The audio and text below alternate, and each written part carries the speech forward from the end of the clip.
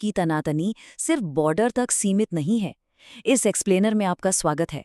सच कहूं तो आज की असली लड़ाई व्यापार के बही खातों, सर्वर रूम्स और ग्लोबल सप्लाई चेन्स के अंदर लड़ी जा रही है। आज हम भारत और चीन के बीच की इसी उलझी हुई डायनामिक्स को डिकोड करने वाले हैं।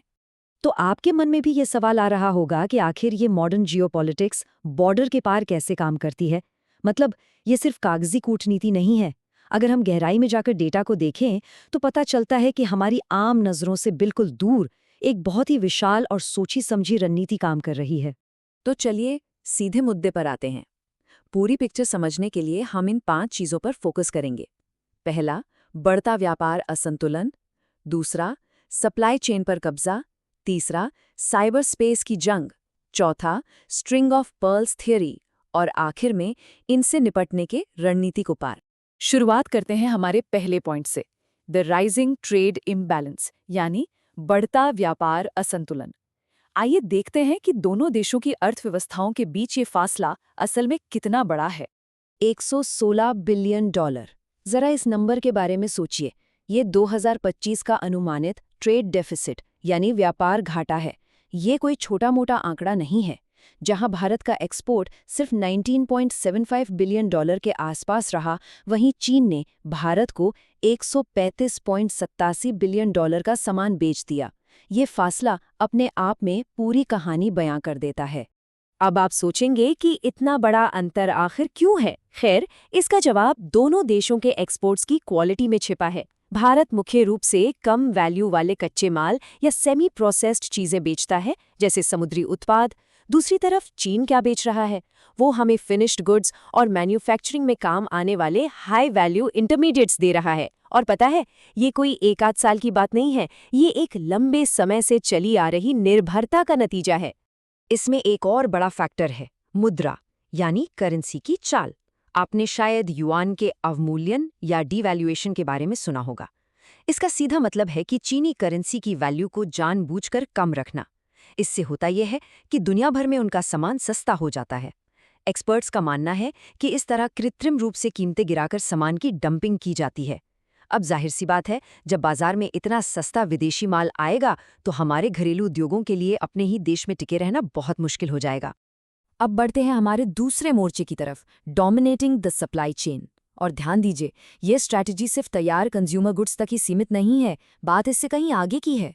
क्या आपको पता है कि हमारा भारतीय फार्मा सेक्टर 75% तक चीन से आने वाले एपीआईज यानी एक्टिव फार्मास्यूटिकल इंग्रेडिएंट्स पर निर्भर है?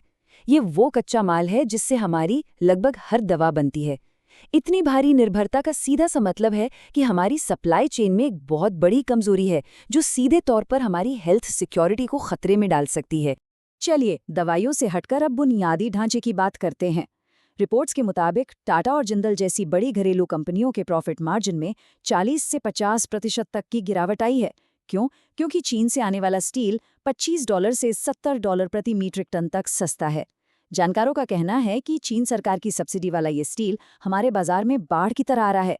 अब सोचने वाली बात यह है कि यह सिर्फ एक आर्थिक खतरा नहीं है, बल्कि 100 साल तक टिकने वाले हमारे इंफ्रास्ट्रक्चर प्रोजेक्ट्स की मजबूती पर भी सवालिया निशान लगाता है। इस बात को थोड़ा और गहराई से समझते हैं। थिंक टैंक डेटा बताता है कि चीन अपनी इंडस्ट्रीज को $400 बिलियन से भी ज्यादा की स्टेट सब्सिडी दे रहा है। तो स्थिति कुछ ऐसी है, हमारे घरेलू मैन्युफैक्चरर्स किसी एक आम विदेशी कंपनी से मुकाबला नहीं कर रहे हैं, बल्कि वो एक पूरे देश के विशाल संसाधनों के खिलाफ खड़े हैं। ये मुकाबला बिल्कुल भी बराबरी का नहीं है। और हाँ, तकनीक का ट्रांसफर रोकना भी इस रणनीति का एक बड़ा हिस्सा है। इंडस रिसर्च के हवाले से एक बहुत ही अहम बात सामने आई है। जुलाई 2025 में भारत में फॉक्सकॉन के प्लांट से 300 से ज्यादा कुशल चीनी इंजीनियरों को अचानक वापस बुला लिया गया। इसे महज एक इत्तेफाक नहीं माना जा रहा, बल्कि इसे हाईटेक मैन्युफैक्चरिंग को धीमा करने के लिए एक तरह के अनौपचारिक प्रतिबंध के रूप में देखा जा रहा है। आते हैं नंबर 3 पर, एस्केलेशन इन साइबर स्पेस। अब हम इकोनॉमी की दुनिया से निकलकर एक अदृश्य लेकिन बेहद खतरनाक डिजिटल युद्ध के मैदान में कदम रख रहे हैं। गलवान घाटी में जो हुआ, उसके बाद चीजें कैसे सीधे डिजिटल घुसपैठ में बदल गईं, ये टाइमलाइन सच में हैरान करने वाली है। जून 2020 में सिर्फ 5 दिनों के भीतर चेंगडू से साइबर हमले के 40,300 प्रयास किए गए। फिर अक्टूबर 2020 में मुंबई में एक बहुत बड़ा पावर कट हुआ, जिसका शक मैलवेयर पर गया। मार्च 2021 में राज्य समर्थित APT10 नाम के ग्रुप ने हमारी वैक्सीन बनाने वाली कंपनियों को टारगेट किया। और फिर जून 2022 में सरकारी अधिकारियों को बड़े पैमाने पर फिशिंग कैंपेन का निशाना बनाया गया। यहाँ गौर करने वाली बात ये है कि ये कोई रैंडम हमले नहीं थे। इनका टारगेट देखिए, पावर ग्रिड के load dispatch centre, serum institute और भारत बायोटेक जैसी वैक्सीन कंपनियां, और यहाँ तक कि आधार, EPFO और वित्त से जुड़े हमारे सबसे संवेदनशील डेटाबेस। आपको बता दूं, किसी भी एक डेटा ब्रीच की औसत लागत $4 मिलियन से ऊपर जाती है। ये सीधे तौर पर हमारी राष्ट्रीय सुरक्षा और स्थिरता पर हमला है। इस खतरे की गंभीरता को समझने के लिए हमारे पूर्व chief of defence staff general Bipin Rawat की इस चेतावनी को याद करना जरूरी है। उन्होंने साफ कहा था कि चीन ऐसे साइबर हमले करने में सक्षम है जो हमारे सिस्टम के एक बहुत बड़े हिस्से को ठप कर सकते हैं। ये कोई हवाई बात नहीं है, ये एक बहुत ही वास्तविक और गंभीर चेतावनी है। चलिए अब हमारे चौथे पॉइंट की ओर बढ़ते हैं, the string of pearls. Digital दुनिया से वापस भौतिक भूगोल में आते हैं और उस समुद्री रणनीति को समझते हैं जिसके बारे में बहुत चर्चा होती है।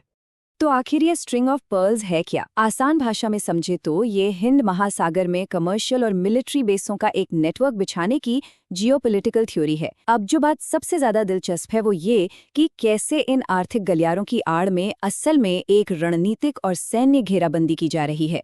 इन जगहों पर नजर डालिए।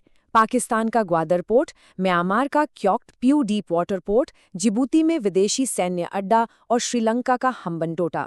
जब आप इन सभी डॉट्स को जोड़ते हैं तो पिक्चर एकदम क्लियर हो जाती है।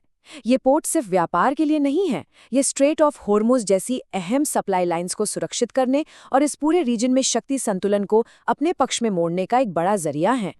और आखिर में हमारा पांचवां और सबसे अहम हिस्सा, स्ट्रेटेजिक काउंटर मेजर्स। सवाल ये है कि इस पूरी बिसात पर भारत अपना बचाव कैसे कर रहा है। आइए देखते हैं। ये टेबल साफ बताता है कि ईंट का जवाब पत्थर से कैसे दिया जा रहा है। चीन के पाकिस्तान स्थित ग्वादर पोर्ट के जवाब में भारत ईरान के चाहबार बंदरगाह पर फोकस कर रहा है। म्यांमार में चीन के क्योक्प्यू के काउंटर में भारत सिटवे पोर्ट और इंडोनेशिया के सबांग पर काम कर रहा है। और रडार की बात करें तो मालदीव और सेशेल्स में तटीय रडार नेटवर्क बिछाए जा रहे हैं। ये सब इस घेराबंदी को तोड़ने के एकदम सीधे रणनीतिक कदम हैं। लेकिन बात सिर्फ बाहरी सीमाओं तक सीमित नहीं है।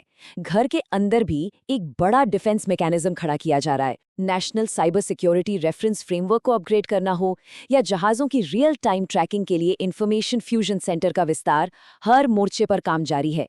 और याद है वो फॉक्सकॉन वाली बात?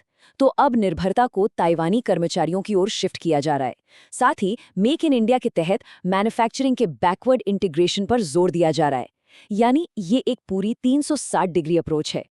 अब इस पॉइंट पर थोड़ा रुकते हैं। बैकवर्ड इंटीग्रेशन का मतलब सिर्फ बाहर से लाए गए पुर्जों को जोड़ना यानी असेंबल करना नहीं है, बल्कि उन पुर्जों को खुद अपने देश में बनाना है। यही हमारी असली घरेलू ताकत की पहचान है। जब तक हम देश में ही सेमीकंडक्टर और डिस्प्ले जैसे अहम कंपोनेंट्स नहीं बना लेते, तब तक सच्ची आत्मनिर्भरता सिर्फ एक शब्द बनकर रह जाएगी। तो सब कुछ देखने और समझने के बाद एक बहुत ही बड़ा सवाल हमारे सामने खड़ा होता है। जब देशों की ये आपसी प्रतिद्वंदिता बॉर्डर से हटकर सीधे हमारी सप्लाई चेन और सर्वर रूम्स तक आ पहुंची है, तो क्या अगली किसी अनजान सीमा के पार होने से पहले कोई भी देश सच्ची आर्थिक आज़ादी पा सकता है? इस एक्सप्लेनर में हमारे साथ जुड़ने के लिए शुक्रिया।